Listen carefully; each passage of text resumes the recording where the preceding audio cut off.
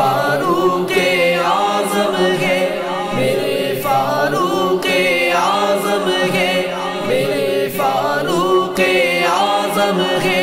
میرے فاروق اعظم ہے۔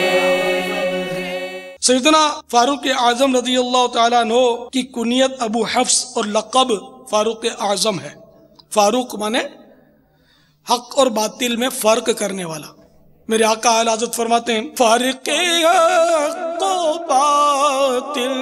امام الہدا، فارق حق و باطل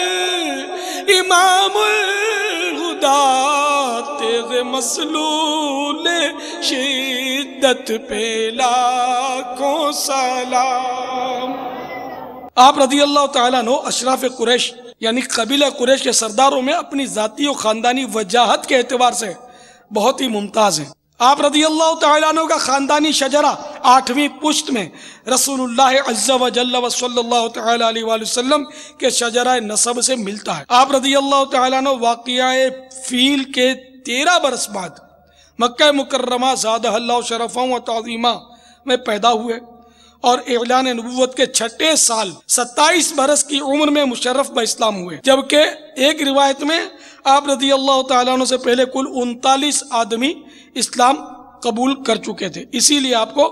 متمم الاربعین کہا جاتا ہے، یعنی 40 کا عدد پورا کرنے والے۔ آپ رضی اللہ تعالیٰ عنہ کے اسلام قبول کرنے سے مسلمانوں کو بے حد خوشی ہوئی اور ان کو بہت بڑا سہارا مل گیا، یہاں تک کہ حضور رحمت عالم صلی اللہ تعالیٰ علیہ وآلہ وسلم نے مسلمانوں کی جماعت کے ساتھ حرم میں اعلانیہ نماز ادا فرمائی۔ آپ رضی اللہ تعالیٰ عنہ تمام اسلامی جنگوں میں مجاہدانہ شان کے ساتھ کفار سے برسر پیکار رہے اور شاہ خیر الانام رسول علی مقام صلی اللہ تعالیٰ علیہ وآلہ وسلم کی تمام اسلامی تحریکات اور صلح و جنگ وغیرہ کے تمام منصوبہ بندیوں میں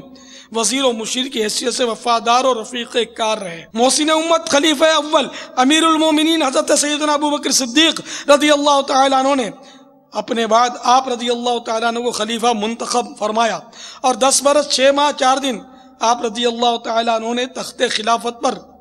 رونق افروز رہ کر جانشینی مصطفیٰ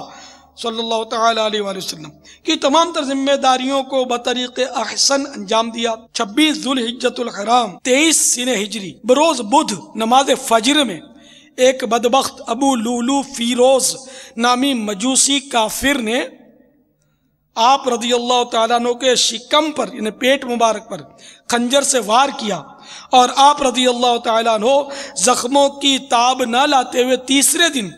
شرف شہادت سے سرفراز ہو گئے۔ بوقت وفات آپ رضی اللہ تعالیٰ عنہ کی عمر شریف 63 برس تھی۔ حضرت سیدنا صہیب رضی اللہ تعالیٰ عنہ نے آپ رضی اللہ تعالیٰ عنہ کی نماز جنازہ پڑھائی اور گوہر نایاب فیضان نبوت سے فیضیاب حضرت سیدنا عمر بن خطاب رضی اللہ تعالیٰ عنہ روضہ مبارکہ کے اندر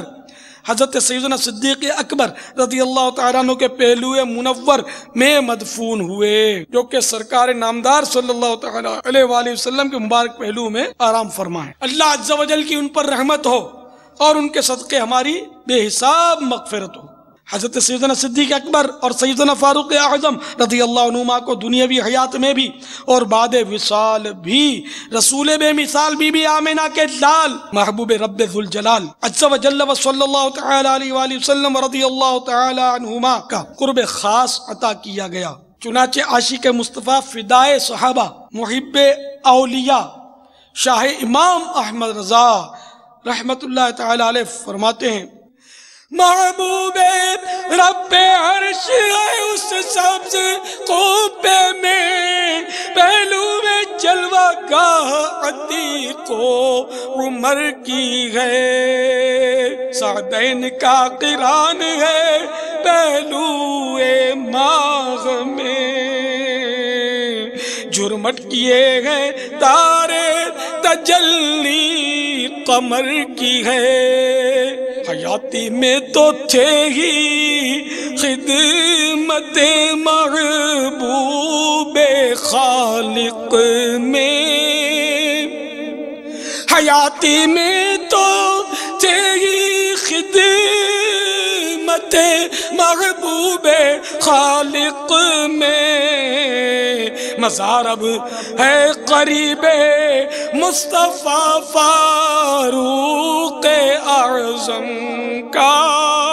مزار اب ہے قریب مصطفیٰ فاروق اعظم